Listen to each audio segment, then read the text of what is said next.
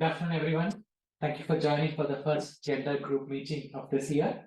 We have with us Lilian Beck. She's a PhD student at University of Hohenheim. She's also associated with ICRAF as a researcher. She's working in the field of agroecology for the last 6 years. Worked with different organizations like University of Kassel, FIBL, FAO, ICRAF. One of the interesting aspects of her work is that she has worked in Central Asia, countries in Africa, and currently she's focused on Southeast Asia. You could read about her CV much in the advertisement itself, but she's part of my PhD cohort funded by ZEF. So a lot of our interaction with her, I came to know more about her work. So when we had this discussion about the people we could invite for this gender group, I thought of inviting her. One aspect is that we often miss people from Southeast Asia, from Cambodia and Vietnam. The gender aspect in those regions is quite different and unique. So we are happy to, Lilian, thank you for accepting our invitation and joining for the session. We are happy to listen to you. The floor is yours. Thank you very much, Akansharan. Thank you, Subhash, for this nice introduction. Yeah, let's just dive into it. So the topic of this workshop is diving into the complexity of integrating gender sensitivity, and I will share you some of my experiences and reflections from Cambodia.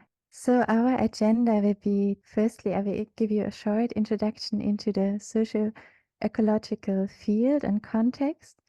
Then we will look into example approaches. So for example, the farmer field school approach, farmer to farmer teaching, women business groups, participatory radio, and women saving groups.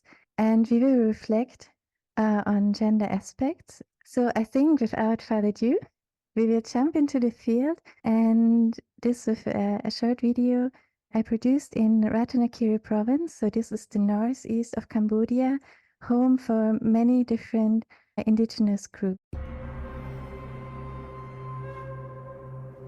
Dry, red soil, exposed to the elements sun, wind and water. We are in the Ratanakiri province of Cambodia. Market opportunities and population pressure are changing the landscape of northeast Cambodia. Where once rainforests covered the soil, monoculture's plantation has taken over.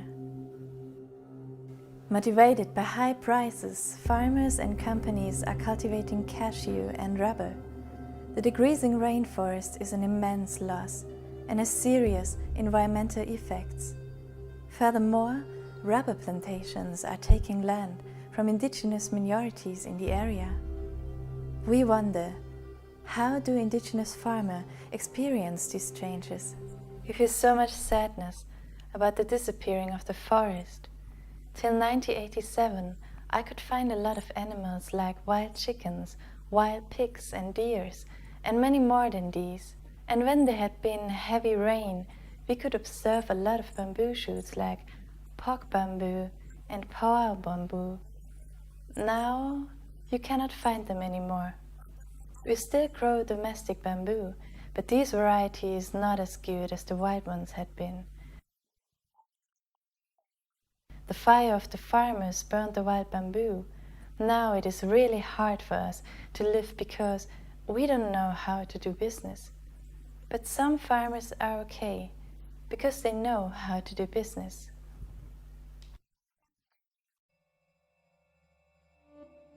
Farmers were invited to discuss the problems they are facing in agriculture. One central issue is decreasing soil fertility. There is not much available land for shifting cultivation anymore. Shifting cultivation is progressively replaced by more intensive cultivation, where the same fields are cultivated year after year with few inputs. This means that there is no time for the soil to rest and build up organic matter until the next cultivation periods. This process leads to a decrease in soil fertility. The decrease in soil fertility is threatening agricultural productivity of small-scale farmers. There is a need for farming system that makes smart use of limited resources in an eco-efficient way. For example, using cow dung or producing natural fertilizer. Yet, many small-scale farmers have no experience with these methods. This is understandable, given the history of practicing shift and burn cultivation or being mostly hunter-gatherer in the jungle. We invited other local stakeholders, such as NGO representatives and staff from the Department of Agriculture, to comment on the situation and to share their perspective. They have experience in teaching eco-efficient methods. Stakeholders came to the conclusion the project failed and farmers are not integrated into the innovation process. Technologies by themselves are not helping the farmers. They must become innovators and implementers by themselves. Hand and mind should build together. Thus, there's a need to listen to the voices of farmers and to encourage their capacity to innovate solutions. The role of scientists and facilitators could be to empower their strength and understanding of the problem.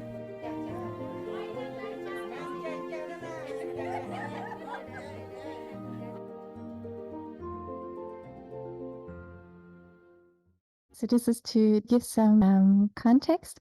As you can guess, there's a lot of pressure on these indigenous community to undergo transformation processes, and there's a lot of also threats imposed on them, on their livelihoods, and also on food security. And these come together with a lot of dynamic renegotiation processes, also of gender norms, which are interwoven with these recent complex and dynamic transformation processes. So I think this is very important to acknowledge as the context, to understand that actually there is not something like a status quo you can assume, for example, for gender roles, because it's much more dynamic.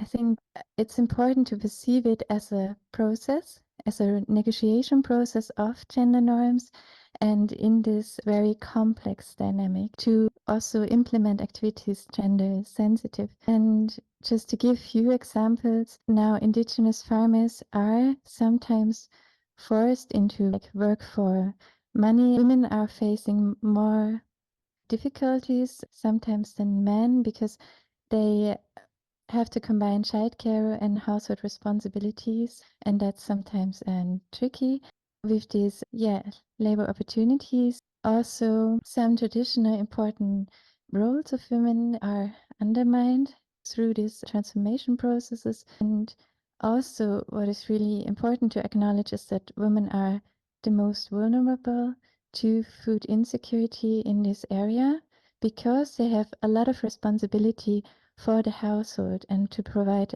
food for the household. And I think it's also very important to know that this is also in whole of Cambodia, women have a high responsibility and also power at the same time due to their role of being the manager of resources. So, for example, the money they earned, they're giving usually to their wife to manage this money. And when they want to go out, they need to ask their wife if they can have some money for beer, for example. So, but that comes also along, of course, with a lot of responsibility, this role. And I think it's also important to acknowledge that this is not like kind of only going into a specific direction and that it's leading to less equality, because there's also new opportunities coming up in this renegotiation process of gender norms. For example, before child marriage was more often happening now, and that of course led young girls being also pregnant quite early and having a lot of responsibility, childcare in an early age. Now it's getting later, and also girls are visiting schools, and with this of course there's new opportunities emerging. Okay, so this just to give a little bit of context. We could dive into this very much deeper, but we just have limited time, so I think this is enough to understand a little bit the complexity and how multidimensional it is. So as one example for one approach where we try to integrate gender sensitivity. I would like to share with you the farmer field school approach. And so the farmer field school approach is a participatory education approach that brings together a group of small-scale farmers to solve production problems through sustainable agriculture. And here really this collaborative learning is important, and also perceiving farmers as experts who are actively involved in innovation processes, and also in defining what is the problem and how to integrate gender sensitivity in this. So here are some reflections. So for example, unsustainable farming, and that is what you can really see in Ratanakiri, for example, with monocropping cassava cultivation, which is leading after a few years to heavily degraded soil. And this is increasing the vulnerability to poverty of farmers overall, but especially for female farmers, and resulting into multidimensional hardships and exposing them to risks, one of them being food insecurity. And so climate change adaptation and mitigation strategies, sustainable soil management and diversification, food subsistence and compatible market access play a key role in increasing the resilience and livelihood of female farmers. And to give a few examples, I would like to introduce you to our farmer field school experience with establishing this, you can see, community rice storage. So the idea was that, women farmers in Ratanakiri are responsible for rice variety conservation, and they have a very rich knowledge about which species or variety to use for which condition. So, and these varieties are increasingly going lost because, so one reason is really the shift in cultivation systems because of the decreasing soil fertility and decreasing access to land. And the second reason, or another reason, is deterioration. So, and that's due to, for example, increased temperature because of climate change. And so here we have one innovative seed bank. So it's made out of woven plants, which the farmers found in the forest. And it's a traditional technique actually of them. And we combined it with clay inside of this house. And so the idea was to actually find a way to store these rice varieties and protect them, and of course also in this sense protect the important role of women to conserve varieties, because that of course gives them also power, and because it's a very important responsibility. And also it is really an adaptation strategy, because these rice varieties, they are much more nutritious, and they also can grow in these conditions. Like if you integrate some soil fertility measurements, they can really grow better in the climate change conditions than other rice varieties, because they adapted to quite dry conditions. So this is just one example. Another example are diversified agroforestry systems. That's what I'm working with right now a lot. And so we have, for example, women farmers who have the agroforestry system just around their house. It's very diversified. They can pick up everyday products, and it's not in competition with other responsibilities like childcare because it's so close to the house. Also, they could increase the productivity per land, and so that made it possible to increase also their resilience, because they can make daily income, for example. It's adapted to climate change. It's mitigating some climate change effects, such as flood, for example. And also it's providing nutritious food for the household and for themselves. So really ecological dimensions are interwoven and need to be perceived as such.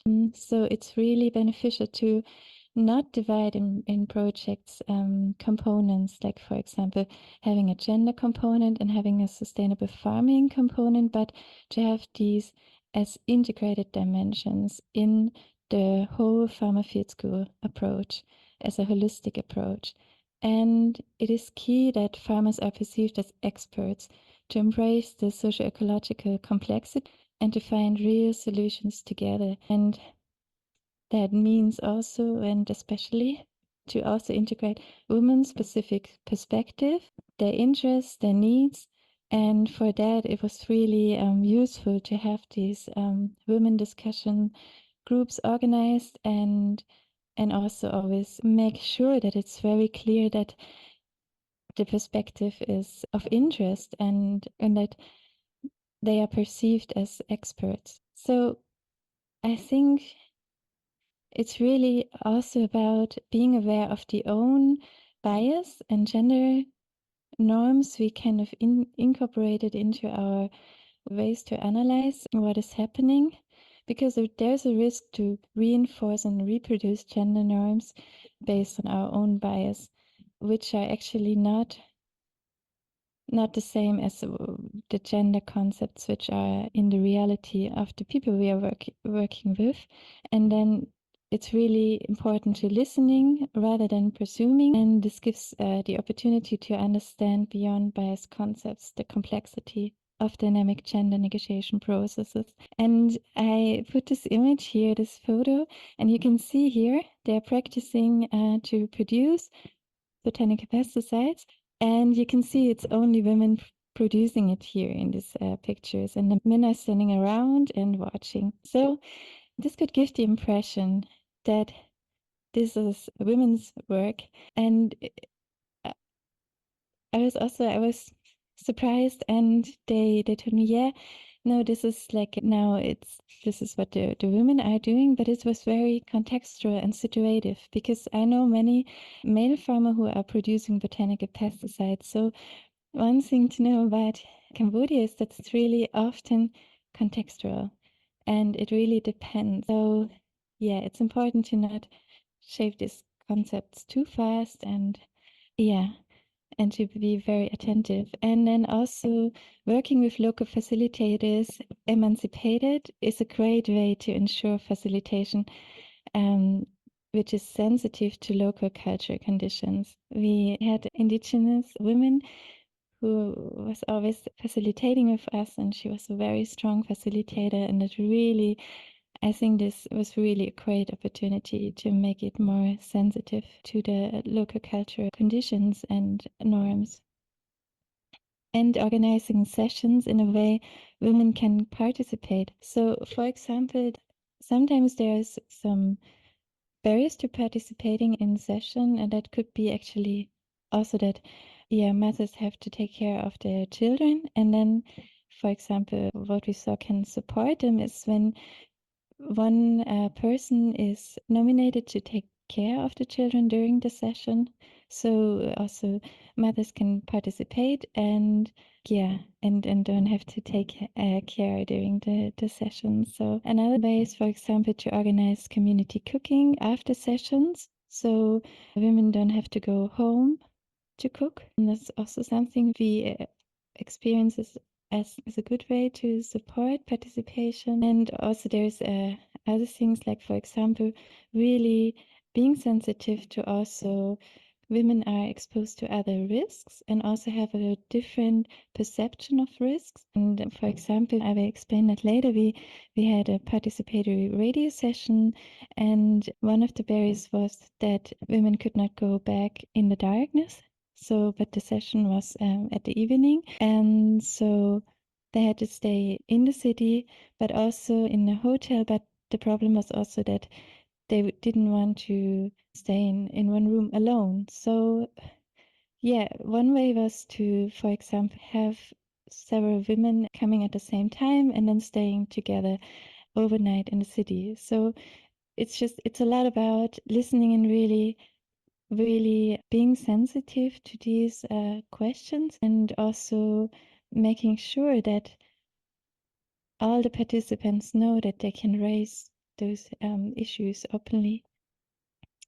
Yeah, Another approach I would like to share about is farmer-to-farmer teaching. So basically that means that farmers are teaching other farmers about sustainable best practices. And here in this photo you can see, a woman farmer who was really excited about organic fertilizer, and she started sharing in her own village about organic fertilizer. And first she was a little bit shy, but then she became really confident, and she shared with passion. It was amazing. And we invited her to join in many different villages. And yeah, so I think what is happening here is that women farmers, or farmers in general, acting in the role of farmer teachers, can empower themselves through the social role, being an expert, and also through, because it also, of course, is an additional income generation opportunity. And I think one can support that in projects by really actively integrating farmer-to-farmer teaching and offering this opportunity. And from my experience, that usually also starts with writing proposals, so already putting in budget for these farmer-to-farmer trainings.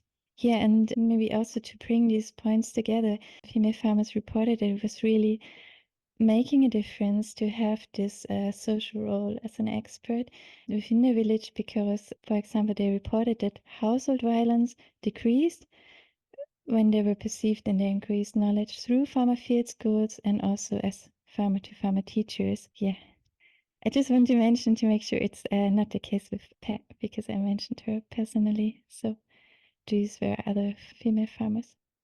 Okay, so yeah, another approach is women business groups. So here in this photo you can see two ladies who are organizing, or who established, a tree nursery.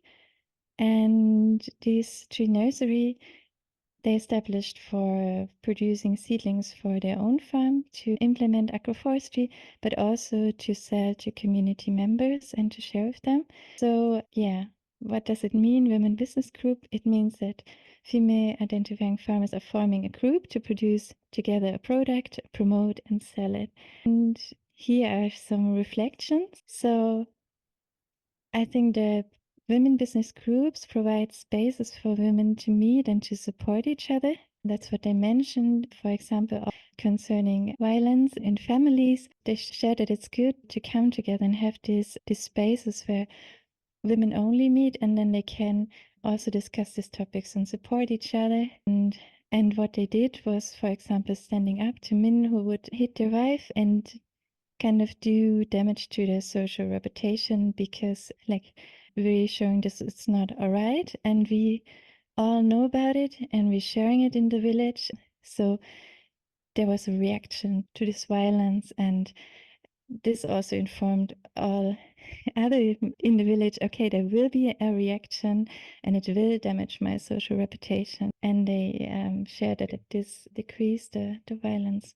And women's business groups need to be well integrated in the community. I think this is also really important, that for everyone it's clear that this has a value for the community. And because of course always, and it doesn't really matter if this is women or men, everyone is part of a household, part of a, for example, working sharing group, and so they need to give reasons why to spend time on something. And yeah, so that's a good way if it's creating value for the community, like for example the tree nursery group. And yeah, so because gender concepts can be fluid, it is important to ensure non-exclusion. And for example, if Emin wanted to join this women group, and he also was, for example, taking up women responsibilities in other situations, and also the women welcomed him, I think that can be harmful to say, no, you cannot join because you're not a woman as a facilitator. I think then again, it would be kind of my own bias, which would actually lead to excluding a person and also reproduce these biased gender concepts of mine, actually. And then also sometimes having mixed gender groups has advantages. So here you can see this group, and these were farmers who formed this group to produce and sell organic fertilizer, and they supported each other. For example, one of the women, she invited us and the whole group to back her up in a village meeting because her husband didn't want her to spend time on organic fertilizer. So she invited everyone to join and to share why it is so important. And then after she was allowed to continue in this group, and I think it also played a role that, for example, one of these was a village chief, and also that it was a mixed gender group. And another occasion was, for example, we organized an exhibition of this organic fertilizer, and in the nighttime, the men would guard organic fertilizer. So just to mention a few examples. And then we have the example of women saving groups.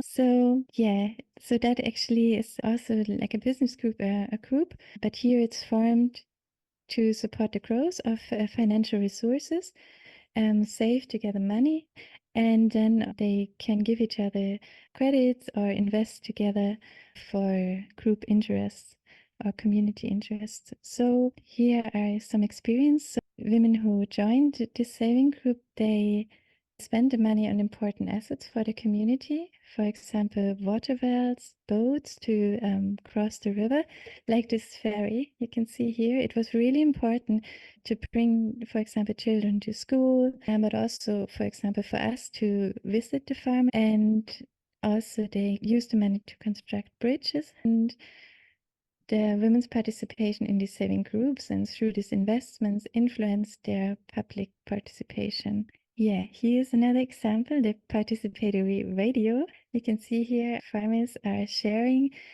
their ideas, opinions, and also knowledge on sustainable farming practices, and this through locally appreciated radio broadcasters. Here I have one example from Ghana now. So we doing a short excursus, and this is also the last thing I will share before our discussion. So yeah, let's just present the Women Business Group in Ghana.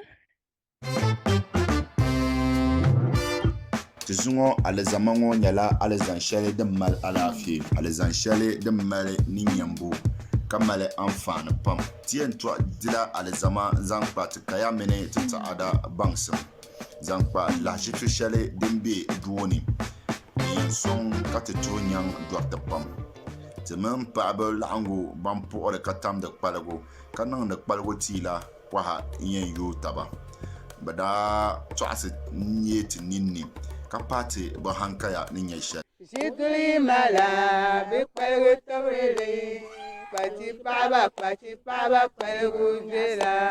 Dasiba n puhiri sokam dasiba n yuli n booni Memuna Toyisa haka ka ti yi kpachina ti malila ti paɣaba gurupu maa ti nyɛla ti ninvuɣu pihiwɔi gurupu kam ninvuɣu pihi tata ka ti kpa ti paɣaba gurupu tin kpali mi ti daa bi mini gurupu mali anfaani ka ti kpa gurupu maa zaŋ jɛndi kpaligu yɛltɔɣa ni zuna tii tin kpali yɛltɔɣa shɛli n bala ka ti tamdi kpaligu maa ka niŋdi di tii din yɛn gu doro kam din bɛ ninsali niŋgbuŋni ʒini doro laa tii maa di tibirlimi doro kam mi bɛ a niŋgbuŋni ka a da tii maa ti nyu a nya anfaani di puuni ka ti kuli doli laa laɣingu maa n ti nyɛ anfaani di puuni dama ti yi tamdila kpaligu maa n deeni kpaligu maa bini zuɣu kpachi suɣuri o bɔri bini nim kpaligu la a kuli zani UDS ka bɔhi sokam yɛn wahami yɛn kpali UDS maa bi zaa miti a kuli zani nimaani ka bɔhi bin waha ka a kana ti da ti kpaligu tii maa n da ti kpaligu maa n zaŋli kuli ti di anfaani ka gu dɔri chee kam a niŋgbuŋ puuni. Mani nyɛ ayi Musa ka n yi kpachina kpachi paɣaba laɣinsi ni ka ti be mani nyɛ suɣulo n bɔri bini magaʒiya yɛlimaŋa tira kpala ti gurupu maa n kpali mi tila kpaligu ka ti tamna kpaligu maa mi piligu tira zuɣu n tom niŋdi tin yɛn tam ti dagban kpaligu niŋ tampilima bumbonima niŋ wa tini bi niŋli niŋda ti ku yɛn niŋla ka wana chaŋ mi ni ka ti niɛmli na sɔri bi dali niŋli sɔri dalibi maa dali machine ka ti ni yɛn zaŋ niŋ machine maa ni ka pɔhim maa kuuli ka ti yihi na ti toli ti mi zaɣ yino kam di subu dali ti gurupu bihi wei maa zaa ti zaa yɛn laɣim na di ka zaɣla dini n bɔŋɔ. n yuli booni Mayama Yisa ka n yi kpachi paɣaba laɣingu na bɔbigu n nyɛ yaa laɣingu ni ka n yina yɛlimaŋli ti mala ti laɣingu maa gurupu buta n nyɛli bɔbigu n nyɛ yaa ni suɣuri n bɔribi ni. If you're interested in this, I can share the link to this video. So this was one participatory radio session we organized with these women in Ghana. They also did interactive sessions where people could call in and ask questions. And what they reported was that after the radio programs, they had very high demand requests in their product, and also many people ask how to preserve this African locust bean tree, and that was also our aim. So one aim that they can promote their products, that they can inspire other women farmers with this idea, and also of course to provide kind of access to this product, which is really useful to tackle malnutrition, and as you saw, it also has many health benefits, but also to raise awareness for the importance to conserve this African locust bean tree. So the African locust bean tree has cultural significance for women in the Dagomba culture in North Ghana, and there is a decreasing access as important of African locust bean is not perceived by men as it is by women, for example, but also because of other reasons like climate change and also challenges to conserve these trees. But the most important is, of course, to perceive how important it is and which role it plays and perceive the potential of it. So that's why increasing access and awareness is important. And that's what we tried with this participatory radio program. And yeah, so what I just shared about these insights into the cultural significance for women of African locust bean. This is actually scientific findings of my dear friend Margarita Lilia. You can see here the source and you can read more about it. So yeah, with this, I would like to go into the discussion, and it would be really interesting to also hear about your experiences on how to work in a gender sensitive manner in a culture environment with complex gender concepts and power structures. What challenges are there and what are possible approaches? And you can ask any questions you have. Thank you very much. Thanks, Lilian. It was quite an interesting session.